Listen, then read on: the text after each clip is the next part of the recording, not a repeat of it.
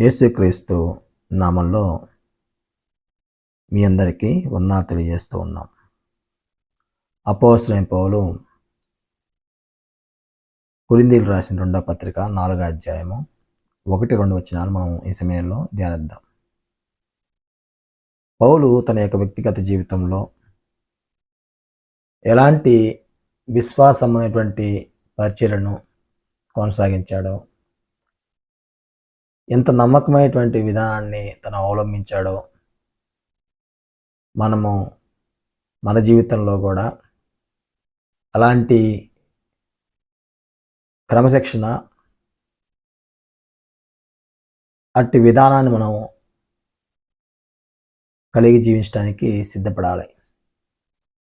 చూడండి, పౌలు దేవుని పరిచర్య పట్ల తనకున్నటువంటి ఆసక్తి కానీ, తనకున్నటువంటి అభిలాష కానీ, తను దేవుణ్ణి మెప్పించేటువంటి క్రమంలో, దేవుణ్ణి సంతోషపెట్టేటువంటి క్రమంలో ఎంత జాగ్రత్త వహించాడో, ఎంత క్రమశిక్షణతో జీవించాడో అనేది మనకి చాలా అవసరమైనటువంటి విధానం. ఎందుకంటే మనం కూడా ఈ దేవుని పరిచర్య చేసేటప్పుడు పౌలు వ్యవహరించేటువంటి విధానాన్ని, ఆయన దేవుని పట్ల, సేవ పట్ల కలిగినటువంటి నమ్మకత్వాన్ని మనం కూడా ఆలోచించాలి, దాన్ని కలిగి జీవించడానికి ఇష్టపడాలి.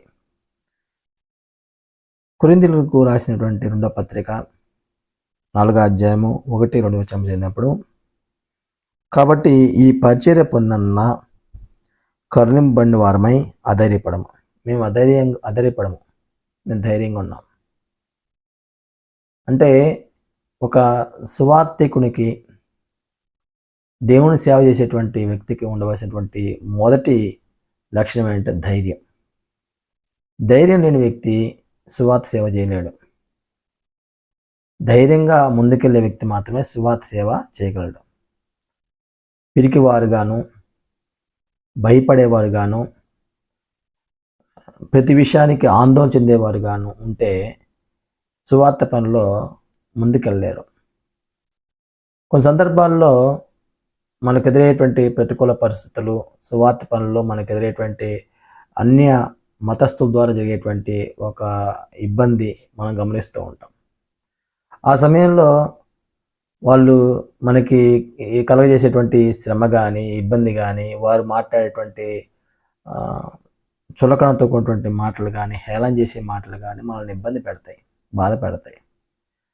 అంత మాత్రం మనం అధైర్యపడిపోయి, కుంగిపోయి, చింతపడి మనము మనసు పాడు చేసుకోవాల్సిన అవసరత లేదు. దేవుని సేవలో నిందలు, బాధలు, అవమానాలు, ఇన్ని ఆటంకాలు ఎదురైనా కానీ కుంగిపోకుండా ధైర్యంగా నిలబడి ముందుకెళ్ళేటువంటి వ్యక్తి మాత్రమే దేవుని సేవకుడు. దేవుని సేవకి వచ్చేటప్పుడే మనం ఒక నిర్ణయం తీసుకొని రావాలి. ఎన్ని శ్రమలైనా, కష్టాలైనా నీ సేవలో నేను ముందుకెళ్తాను, నీ సేవని నేను కొనసాగిస్తానటువంటి ఒక నమ్మకం, ఒక మంచి విశ్వాసంతోనే సేవలోకి దిగాలి. కొంతమంది దేవుడి సేవ చేస్తా అని ముందుకొస్తారు, తర్వాత వాళ్ళు మళ్ళీ వెనక్కి వెళ్ళేటువంటి ప్రమాదం ఉంటుంది. కారణం ఏంటంటే వాళ్ళకి ఎదురేటువంటి ప్రతికూల పరిస్థితుల్లో వాళ్ళు దాన్ని జయించలేకపోవటం. అంటే ప్రతి ఒక్కరికి ఈ సేవల పరిచర్యలో ఏదో ఒక సమస్యలు, ఇబ్బందులు వస్తూనే ఉంటాయి. దేవుడి సేవ అంటే ఏదో మనము చిన్నపాటి విధానంతో మనం చూడకూడదు, చాలా పెద్దదిగా మనం చూసే మనం దీంట్లో దిగాలి. ఎందుకంటే దేవుడి సేవ అనేది ఒక పూల తోట లాంటిది కాదు, అది ఒక ముళ్ళ బాట. ఈ సేవలో మన కుటుంబంలో సమస్యలు రావచ్చు, ఈ సేవలో ఈ సమాజం నుంచి లేదా అనేక మతస్థుల నుంచి మనకి ఇబ్బంది కలగచ్చు. ఎన్ని వచ్చినా కానీ ఈ సేవను నిలబెట్టుకోవాలి, ఈ సేవను నేను కలిగి ఉండాలి, ఈ సేవను నేను జాగ్రత్తగా నిలబడి ముందుకెళ్ళాలనేటువంటి ఒక పట్టుదల, ఒక ఆసక్తి, ఒక భరోసాతో కూడినటువంటి జీవితం మనం కలిగి ఉన్నప్పుడే మనం ముందుకెళ్ళగలం. దేవుడు మనకు తోడై ఉంటాడు, ఆయన మనకి సహాయం చేస్తాడు. ఆయన మన నమ్మకంగా సేవ చేస్తున్నప్పుడు, నమ్మకమైనటువంటి విధానంతో మనం ముందుకెళ్తున్నప్పుడు ఖచ్చితంగా దేవుడు మనకి తోడ్పాటుని అందిస్తాడు. ఆ సేవను ఫలవంతం చేస్తాడు.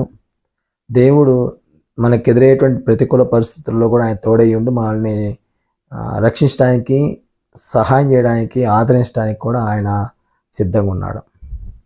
కాబట్టి పౌలు అంటున్నాడు, మేము అధైర్యపడం, మేము ధైర్యంగా ఉన్నాం. ఈ పరిచర్య పొందన్న కన్నుబడిన వారమై అంటున్నాడు. అంటే ఎవరు కరుణించారు? దేవుడు కనికరించి పౌలుకి పరిచర్యను అప్పచెప్పాడు దేవుడు. ప్రభు యొక్క పరిచర్య, ప్రభు యొక్క సేవ అనేది చాలా గణనీయమైనటువంటి భాగం. చాలామంది ఈ రోజుల్లో దాన్ని సరిగా ఆలోచించలేకపోతున్నారు. కానీ ప్రభు దృష్టిలో లేక దేవుని దృష్టిలో దేవుని పరిచర్య అనేది ఎంత గణనీయమైందంటే అంత గణనీయమైంది. దేవుని సేవ అనేది దేవుడు కనికరిస్తేనే పొందేటువంటి గొప్ప పని. దేవుడు కనికరిస్తేనే ఆ పనిలో మనం పాలిభాగస్వాములం అవుతాం. దేవుడు ఆ కనికరం చూపించి మనల్ని తన పనివారిగా చేసుకోవడానికి, ఆయనతోటి పనివారిగా చేసుకోవడానికి దేవుడు మనకిచ్చేటువంటి గొప్ప అవకాశం. ఈ పనిని తక్కువగా మనం చూడాల్సిన అవసరం లేదు. భూమి మీద అన్ని పనుల కంటే శ్రేష్టమైన పని ఏంటంటే దేవుని సేవ, దేవుని పని. ఈ పని భారం ఎవరైతే కలిగి ఉండి దేవుని కోసం పాటుపడతారో, దేవుని కోసం జీవిస్తారో వారు ఎంతో ధన్యులు. అంటే దేవుని సేవ చేయడం అంటే చిన్న విషయం కాదు. ఒక అమూల్యమైనటువంటి ఉద్యోగం. అనేక మంది పాపంలో నరకానికి దగ్గర అవుతున్న వాళ్ళని ఆ నరక శిక్ష నుంచి తప్పించడానికి, వాళ్ళ ఆత్మలను దేవుని చెంతకు నడిపించడానికి మనం వేసేటువంటి ఈ అడుగు, మనం వేసేటువంటి ఈ పరిచర్య అనేక మంది ఆత్మలకి రక్షణ కలుగజేస్తుంది. సువార్త దేవుని యొక్క శక్తి అయింది. మనం ఎప్పుడైతే దేవుని యొక్క వాక్యాన్ని ప్రకటిస్తామో, దేవుని వాక్యాన్ని ఎప్పుడైతే సమాజంలో విస్తరింపజేస్తామో ఆ వాక్యమే అక్కడ పనిచేస్తుంది. ఆ వాక్యమే అనేకులు హృదయాల్లో పనిచేసి దేవుడు వారి హృదయాల్లో కార్యసిద్ధి కలిగజేసి వారు దేవుని వైపు తిరగడానికి మనసు మార్చుకుంటారు. కాబట్టి సువార్త ప్రకటించడం అనేది గొప్ప పని. అది చిన్న పనిగా చాలా గొప్ప పని, విలువైన పని. అన్ని పనుల కంటే గొప్ప పని, మహోన్నతమైన పని దేవుడితో పాటు మనం సేవ చేయటము, దేవుడి పనివారిగా మనం ఉండటము ఎంతో గొప్ప ఆనందదాయకమైనటువంటి విషయం. అందుకే పౌలు అంటున్నాడు, ఈ పరిచర్య పొందన్న మేము కనికరింపబడిన వారమై అధైర్యపడము అంటున్నాడు. అధైర్యపడట్ల, ధైర్యంగా ఉన్నాడు. పౌలుకు వచ్చినటువంటి కష్టాలు, బాధలు, ప్రతికూల పరిస్థితులు ఈ దేవుడి సేవలో ఎన్నో ఉన్నాయి. కానీ పౌలు అంటున్నాడు, నేను ధైర్యంగా ఉన్నాను అంటున్నాడు. అంటే ప్రాణం అయినా సరే ఇచ్చేటువంటి వ్యక్తులు వీళ్ళు. దేవుడి కోసం, దేవుడి కోసం ప్రాణమైనా ఇచ్చేటువంటి వ్యక్తులు వీళ్ళు. ఈరోజు మనము దేవుడి కోసం ఏమిస్తున్నాం, దేవుడి కోసం ఏమి సమర్పిస్తున్నాం? చాలా చిన్నపాటి మనం ఇచ్చేది. ప్రాణం కంటే విలువైంది ఏది లేదు ఈ భూమి మీద. వారు ప్రాణాన్నే ఇచ్చేటువంటి వ్యక్తులు దేవుడి కోసం. అలాంటి వారు దేవుని సేవలో చేస్తూ ఉంటే, అలాంటి వారు దేవుని సేవ దృక్పథంతో ముందుకెళ్తుంటే వాళ్ళ యొక్క పని, వాళ్ళ యొక్క విధానము, వాళ్ళ యొక్క మనసు, వారు చేసేటువంటి పనిలో క్రమశిక్షణ ఎంత అద్భుతంగా ఉంటాయో చూడండి. అంటే దేవుని సేవకి వచ్చేటప్పుడే మనకి ఒక క్రమశిక్షణతో పనిచేయాలి, ఒక పట్టుదలతో పనిచేయాలి, ధైర్యంగా పనిచేయాలి. ఇది దేవుని పని, ఈ దేవుని పని పాలిభాగస్తున్నాయి, కనికరింపబడ్డాను అనేటువంటి ఒక ఆలోచనతోనే దేవుని పనిలోకి మనం ముందుకు రావాలి. చూడండి, పౌలు ఎంత నిబద్ధతతో పనిచేస్తున్నాడో, ఎంత క్రమశిక్షణతో పనిచేస్తున్నాడో, ఎంత మంచి మైండ్ సెట్తో తన యొక్క పనిని క్రమపరుచుకుంటూ ఉన్నాడో. మనం చూసినప్పుడు 2వ వచనంలో మనము పౌలు మాట విన్నప్పుడు, అయితే కుయుక్తిగా నడుచుకొనకయు. మొదటి విషయం సేవలో ఉండవలసినటువంటి మొదటి విషయం ఏంటంటే కుయుక్తిగా నడుచుకునేటువంటి స్వభావం ఉండకూడదు. ఈ రోజుల్లో చాలామంది కుయుక్తిగా నడుచుకోవడానికి భలే అలవాటుగా చేసుకుంటున్నారు. అంటే దేవుని యొక్క పని కుయుక్తిగా చేసుకోవాల్సిన అవసరం లేదు. దేవుడు ఎవరికి ఇచ్చే సామర్థ్యం వారికి ఇస్తాడు. ఎవరికి ఇచ్చేటువంటి తలంతు దేవుడు వారికి ఇస్తాడు. ఆ తలంతుని ఎవరైతే సక్రమంగా ఉపయోగించుకుంటారో వారు మంచి పని చేస్తారు. ఆ పనిలో సక్సెస్ఫుల్గా ముందుకెళ్తారు. అది నిలిచే పనిగా ఉన్నట్లయితే ఆ పని దేవుడు ఆశీర్వదిస్తాడు, ఎంతో అద్భుతంగా ముందుకు తీసుకెళ్తాడు.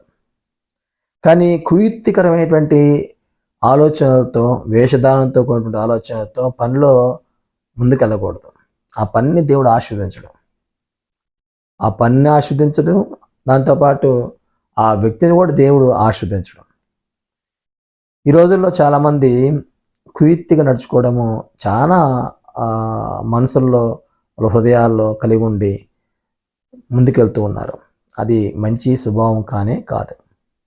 కాబట్టి పౌలు మొదటిగా తనకున్నటువంటి ఒక ఆలోచన ఏంటంటే, మేము కుయుక్తిగా నడుచుకోవట్లేదు అంటున్నాడు. అంటే కుయుక్తిగా నడుచుకోవడం అనేది మంచి స్వభావం కాదు, అది మంచి ఆలోచన కాదు. యథార్థంగా ఉండాలి, నిష్కపటంగా ఉండాలి. పనిని ఎవరు చేసినా కానీ సంతోషించేటువంటి మనసు మనకు ఉండాలి. పనిలో సహకరించేటువంటి మనసు మనకు ఉండాలి. పనిలో ఒకరినొకరు ప్రోత్సహించుకునేటువంటి వాతావరణం మనకు ఉండాలి. అంతేగాని దేవుని యొక్క పనిలో కుయుక్తిగా వేషధారణతోనూ మోసపూరితమైనటువంటి మనసుతోనూ ఎలాంటివి దేవుడి పనిలో చేయకూడదు.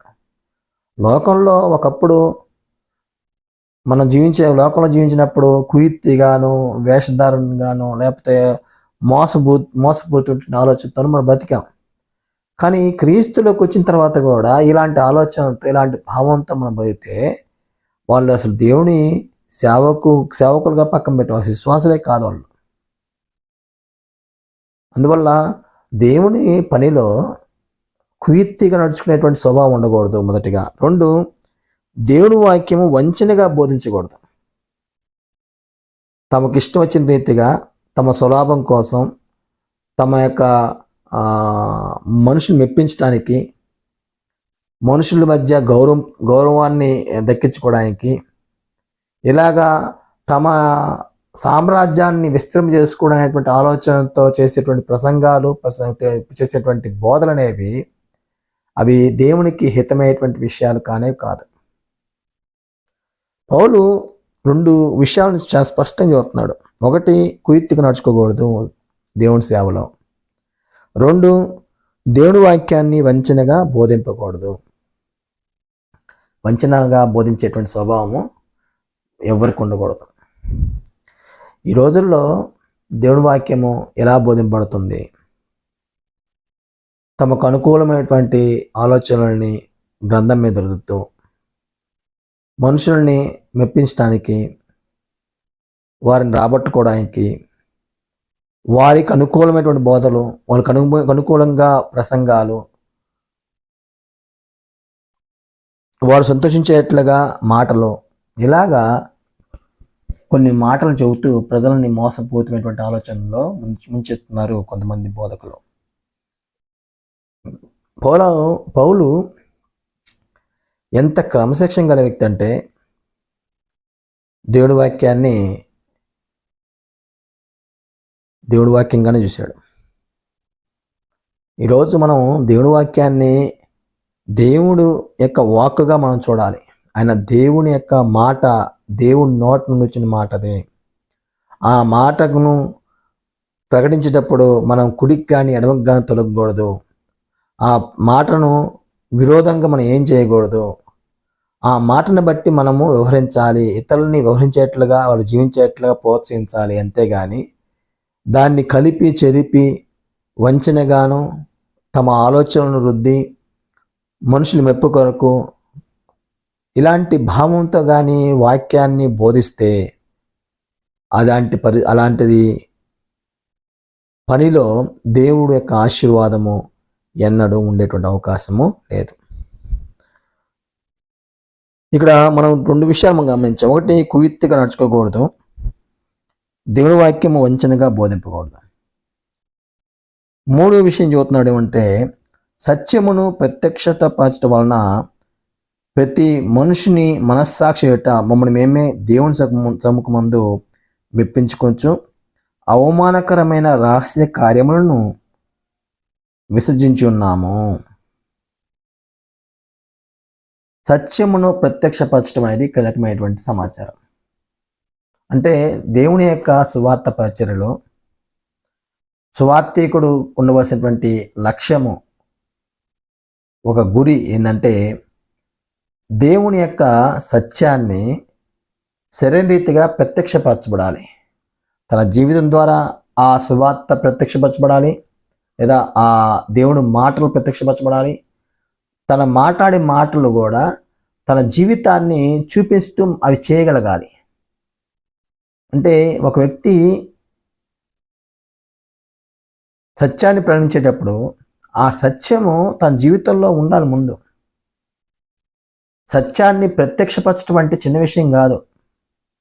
తను జీవిస్తూ, బోధిస్తూ, ప్రజల్ని మమేకం చేస్తూ, వాళ్ళకు కూడా యేసు ప్రభు యొక్క స్వభావాన్ని తన జీవితం ద్వారా నేర్పిస్తూ, మంచిని చెడుని ఉన్నటువంటి భేదాభిప్రాయాలని సవ్యంగా ఆలోచింపజేస్తూ, ప్రజల హృదయాల్లో, మనసుల్లో దేవుని యొక్క వాక్యమును నిలిపేట్లుగా, దేవుని యొక్క మాటలు వాళ్ళ హృదయాల్లో నింపబడేట్లుగా సువార్థికుడు కృషి చేయగలగాలి. సువార్థికుడు జీవితం బాగలేదు, కానీ బోధ అద్భుతంగా ఉంది. అలాంటి విషయంలో ప్రజలు ఆలోచించరా? ఖచ్చితంగా ఆలోచిస్తారు. జీవితం బాగలేకుండా బోధ ఎన్ని చేసినా కానీ ఏం ప్రయోజనం లేదు. అందువల్ల సువార్థికుడు జీవితం బాగుండాలి, బోధించేటువంటి బోధ కూడా క్రమశిక్షణతోనూ నమ్మకమైనటువంటి విధానంతో లేఖనాలని ఉన్నట్లుగా సందర్భ సహితంగా బోధించేటువంటి సామర్థ్యం కలిగిన వ్యక్తిగా ఉండాలి. పౌలు అంటున్నాడు, సత్యమును ప్రత్యక్షపరచడం అనేది గొప్ప, మంచి, స్థిరమైనటువంటి విధానం. ఇది చాలామందికి నేర్చుకోవాలి. మనం ఆలోచించి వాటిని అనుసరించడానికి ఖచ్చితంగా అమలుపరచాలి. ప్రతి మనుషుని మనస్సాక్షి ఎదుట మమ్మల్ని మేమే దేవుని సముఖమందు మెప్పించుకొంచు. అంటే ఇక్కడ 2 సంగతులు చెబుతున్నాడు పౌలు. ప్రతి మనుషుని మనస్సాక్షి ఎదుట, అలాగే దేవుని సముఖమందు మెప్పించుకోవటం. అంటే జీవితము అనేది ఇక్కడ కీలకమైనటువంటి భాగమైంది. దేవుడు ఒక వ్యక్తి యొక్క హృదయాన్ని చూస్తాడు. ఆ హృదయంలో ఉన్నటువంటి ఆలోచనలు గమనిస్తాడు, పరిశీలిస్తాడు. అందువల్ల మన హృదయం ఎలాంటిది, మనం చేసే పనిలో ఎలా పని చేస్తున్నాము, దేన్ని ఆశించి చేస్తున్నాము, దేని కొరకు చేస్తున్నాము, అన్ని దేవుడు గమనిస్తూ ఉంటాడు. అందువల్ల దేవుని పని అనేది దేవుని మెప్పించేటువంటి పనిగా ఉండాలి. మనుషుని మెప్పించే పనిగా ఉండకూడదు, దేవుని మెప్పించే పనిగా ఉండాలి. పౌలు చూడండి, మనుషుని ఎదుట మమ్మల్ని మేమే మెప్పించుకోవచ్చు అన్నాడు. మనస్సాక్షి ఎదుట మమ్మల్ని మెప్పించుకుంటూ అన్నాడు. అంటే ఏంటి? పౌలు యొక్క జీవితము వాళ్ళు చూసినప్పుడు తను బోధించే బోధకి, తను మాట్లాడేటువంటి విషయాలకి, తను చెబుతున్నటువంటి ఆ లేఖన సత్యానికి ఆ జీవితము సరైన రీతిగా వాళ్ళు వివరిస్తూ ఉన్నారు. తమ క్రియల ద్వారా యేసు ప్రభువుని చూపిస్తూ ఉన్నారు ఆడ. అదే విధంగా దేవుని సముఖమందు కూడా తమ మెప్పించుకుంటున్నారు వారు. అంటే ఎంత క్రమశిక్షణ చూడండి ఇక్కడ. అంటే సేవ అనేది ఏదో 4 మాటలు బైబిల్లో నుంచి తీసి మనం బోధిస్తే అయిపోద్ది అనుకునేటువంటిది కాదు సేవ. చాలా ఉన్నతమైంది, బలమైంది, అనేక ఆత్మలకు ప్రయోజకరమైందిగా ఉండేట్లుగా చేయటమే ఈ బోధ సారాంశమై ఉంది, ఈ పరిచర్య సారాంశమై ఉంది. పౌలు ప్రతి మనుషుని మనస్సాక్షి ఎదుట మమ్మల్ని మేమే దేవుని ముందు మెప్పించుకొంచు అన్నాడు. మెప్పించుకోవటము. ఈరోజు మనము దేవుని ఎదుట మనల్ని మేము మెప్పించుకోగలమా? దేవుడు మనల్ని చూసి సంతోషిస్తాడా? మన పరిచయం చూసి సంతోషిస్తాడా? ముందు మన క్రియా జీవితం, మన బోధ, మన పని, దాన్ని బట్టి మన కుటుంబము ఎన్ని చూసినప్పుడు దేవుడు మెప్పించేటట్లుగా, దేవుడిని సంతోషపడేట్లుగా మనం వ్యవహరిస్తున్నామా అనేది మనం ఒకసారి పరిశీలించుకోగలగాలి. ఏ విషయాలు మనం తప్పిపోతున్నాం, ఏ విషయాలు మనం బలహీనంగా ఉన్నాం, ఏ విషయాలు మనము సరైనటువంటి అడుగులు వేయట్లేదు, వాటిని మనం గుర్తించాలి. ఎవరికైనా సరే మానవ మాత్రమైనటువంటి మనం అందరం కూడా చిన్న చిన్న లోపాలు మనకున్నప్పుడు వాటిని దిద్దుకోవాల్సినటువంటి ఆవశ్యకత చాలా ముఖ్యమైనటువంటి కార్యాచరణ. అంటే ఈ జీవితంలో మారు మనసు పొందటం అనేది చాలా ఉత్తమమైనటువంటి క్రియ.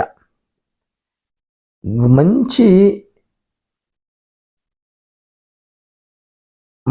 మనసుతో మారు మనసు పొందాలనేటువంటి ఒక భావంతో ముందుకెళ్ళేటువంటి ప్రజల్ని దేవుడు ఎప్పుడు కూడా దీవిస్తాడు. మారు మనసు అనేది దేవుడికి ఇష్టమైనటువంటి ఒక బలియాగం.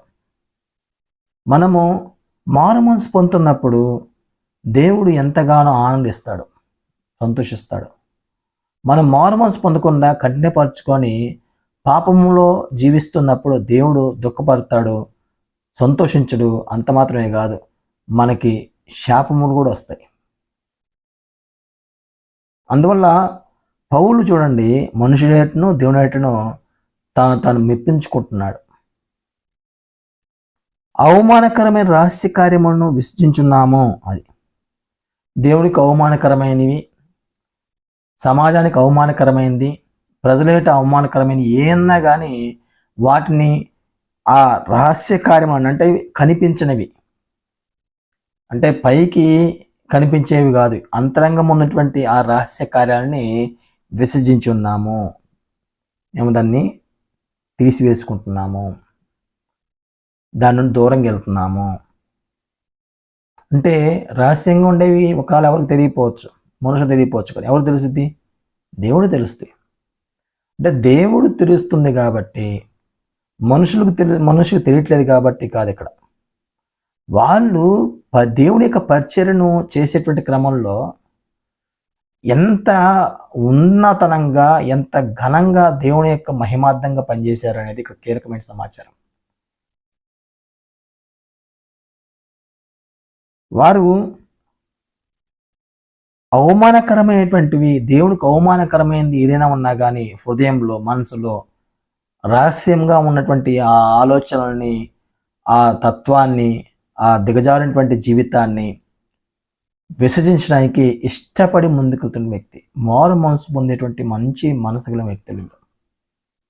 అంటే మనసు మార్చుకోవడం అనేది ఎంత ఉన్నతమైనటువంటి కార్యాచరణ చూడండి. ఇక్కడ దేవుని సేవలో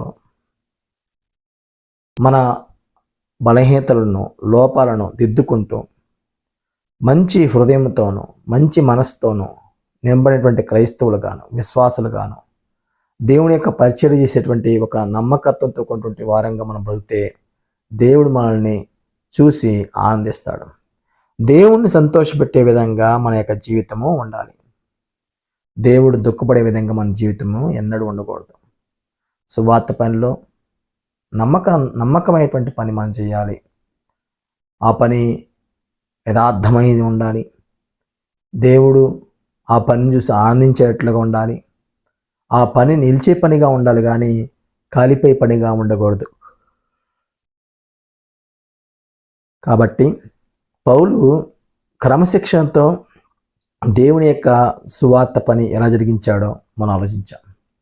క్రమశిక్షణ అనేటువంటి నమ్మకమైనటువంటి పరిచారకుడుగా పౌలు యొక్క ప్రయాస, పౌలు యొక్క జీవితము మనము ఆలోచన చేసాం. ఈరోజు మనం ఎలా ఉన్నాము, మన జీవితాలు ఎలా ఉన్నాయి, మన పనితీరు ఎలా ఉంది, మన కుటుంబం ఎలా ఉంది, మనం చేస్తున్నటువంటి పని యొక్క నిలిచే పనిగా ఉందా, కాలిపోయే పనిగా ఉందా, ఎంతమంది క్రీస్తు యొక్క స్వభావంలో బలపరచబడుతున్నారు, ఎంతమంది బలహీనంగా ఉన్నారు, ఎలాంటి పనిలో మనం ముందుకెళ్తున్నాము, ఇది స్వార్థపూరితమైన పనిగా ఉందా లేదా దేవునికి నమ్మకమైనటువంటి పనిగా మనం ముందుకెళ్తున్నామా, ఇవన్నీ మనం పరిశీలించుకొని మనము